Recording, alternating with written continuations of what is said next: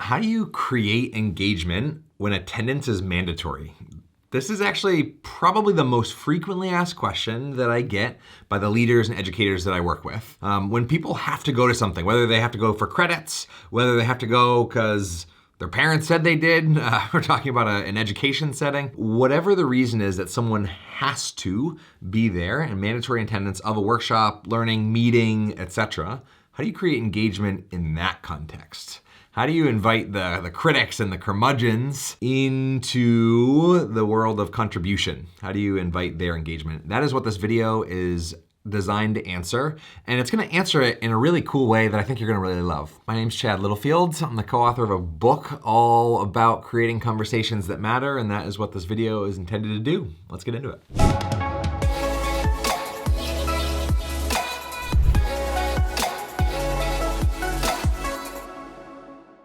So this question was actually asked by somebody who, her name is Monica, who attended a workshop that I was leading with Will, my co-founder, on the art of remote connection. And she asked it live, and we decided in that moment to crowdsource answers from over 100 leaders and educators that were on this Zoom workshop. I'm gonna bring in 3 perspectives of actual leaders, actual educators that are on the ground answering her question. And then I jump in with my thoughts about how you can create engagement when attendance is mandatory, rooted in a whole mountain of experience. I get to work with organizations all over the planet, and I shouldn't say oftentimes, sometimes, maybe 20% of the time, I'm working with audiences that are there because their boss said they had to be, not because they wanted to be. And so I've gotten really deliberate and pretty decent at inviting the critics and curmudgeons and speaking to that group of people that don't want to be there, that have 15 other better things to do than spend their time there. So at the end of this video, you'll have some really concrete practical tips to steal and apply into your own context. Yeah, so I work for an international nonprofit. I'm the director of learning and development. And so we do a lot of training and onboarding type of things that are kind of required experiences for our people. And so we get varying levels of enthusiasm for those experiences. And just, as people come in, their expectations are sometimes not what we want them to be. And we think this is the most important thing of their hour, and they don't always think that way as well. And so how do we engage people and kind of draw them in so that they see the time as valuable and also enjoy it, so that it's not just a painful required thing? So everybody ponder what Monica just said. We're gonna answer that question. Monica, one of my mini answers to this question is the more real you are with a group, the more likely they're gonna be invited to play whatever game you're playing. Not literal game, but to be on board with whatever you're doing. And so I'm gonna be real with you in this moment. I was so focused on the fact that the camera was recording and I wanted to be head nodding and listening that I didn't hear a part of what you said. And so can you go back and share who we're talking about here? Who are the people that are not engaged that you would love to be engaged and are working to create invitations for them to be contributors, not just consumers or critics? Yeah, so I think the people that are not engaged are, if they're told that they're required to be in a training environment, then they're kind of checking a box instead of actually getting out of the experience everything that they possibly could and seeing the benefit of it for their own growth and learning. And so that's kind of the context. So Chad, how do I create engagement in an environment where people are required to attend a training or an event? I love it. Okay, let's crowdsource some answers. We got 100+ brilliant people gathered on Zoom right now. And so go ahead and get your unmute ready and go ahead and popcorn out some responses to that question. How do you create engagement, meaningful engagement, when attendance is mandatory?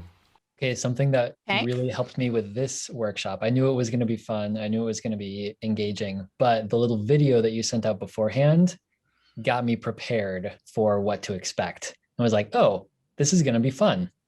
Sweet. One of the things that we do at my organization is we play prior to the meeting starting, we open it up with music. And so we have a playlist that allows people to kind of get relaxed and get into the music. But at the same time, we're posting comments and checking in with each other. So there's a lot of jokes. So we might say, hey, put your favorite joke up in the chat. And so we're already creating that that engagement by telling jokes while, prior to the meeting starting. So it's been a good tool to get people engaged. Grace, that is lovely. And if I can take a quick pause before Isaac shares, I'm gonna yes and what you said about music and add, referring to something I said in the beginning of this workshop, which is I could have started with music, and in fact, the reason I didn't is the copyright-free music that I found was a little too intense, and I didn't have time to find better music. But sometimes other people's voices are the best music that offers the most healing and connection possible in that moment. And so sometimes, in addition to music, holding up questions like this or like this and inviting people to answer with their voice over the music can add to the music, if you will. Isaac, you got something delicious for us? Oh, it's going to be savory. You're going to need to grab a fork and a knife. This is good. So everyone loves streaming TV services. So for like my group staff chat, I'll ask them, what's your favorite TV show? And to take a screenshot and put that as their virtual background. And that can kind of open up a conversation because everyone loves a good TV show that's either out on some form of streaming service. So they want to know what's the next best show to add on to my list. So that's also a good way to kind of pre-start a conversation as things kind of get in. So as you see that back pop up at the same time, everyone, then that way can generate conversation. And I'll do that in a second. And Isaac, what's beautiful about that is you're acknowledging that you're competing with Netflix or whatever that is, right? Uh-huh. And so when you're doing programming that is required, know that you're competing with technology in which it's consumer based. And so by sending a video and a message prior or expectations prior to say, these are the expectations so that we can have full engagement. All right. Let me take a quick pause. If somebody else has an answer they want to share, feel free to in a moment. Let me give maybe my just like 4-sentence, who knows if this is going to be 4 sentences, oh boy, 4-sentence answer to your question, Monica, which is, can we, let's do this real quick. Isaac, I realize, so virtual backgrounds, I'm going to add something to Isaac's. On my view, speaker view, Isaac just kept showing up big because I'm the presenter, and so my speaker view wasn't showing up big, and I was like, wow, I don't think I can record any meaningful content while I see Isaac's head bopping with a pizza on in the background. So one of my invites for virtual backgrounds is to think about using them temporarily, not permanently. So if you use them permanently, fine, whatever. But you think about how you can use virtual backgrounds to say, hey, unofficial start, go find a picture of something that matters to you or something that represents the current state you're in and upload it as a virtual background. And depending on the tech ability of your group, especially if you're an intact team, everybody can, I shouldn't say everybody, many people can do that in a minute or less.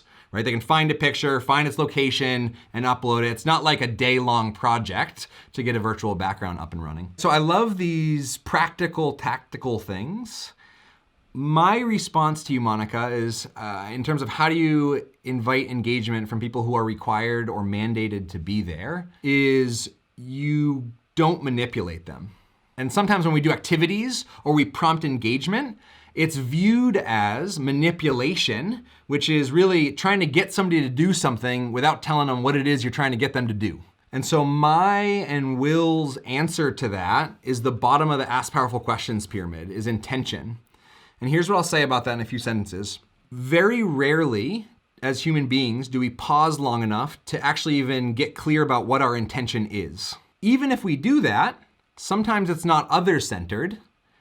Even if it is other-centered, we seldom share that intention with the people that it affects. And so the tool here is to get crystal clear about your other-centric intention and share it with that group. And if I have really empathized with the mandated required people well enough, my intention will reach them in a way that's like, he gets me, and this might not actually be crap.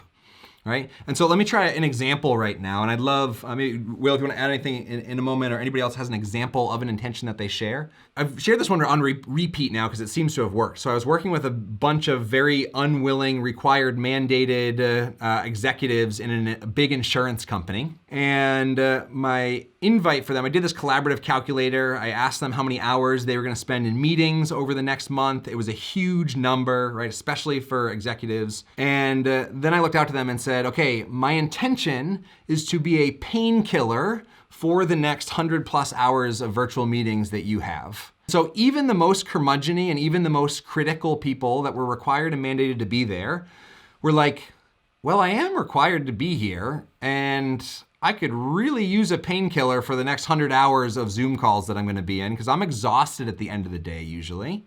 And so that intention, do you see how that it had nothing to do with my agenda or the content I was gonna share.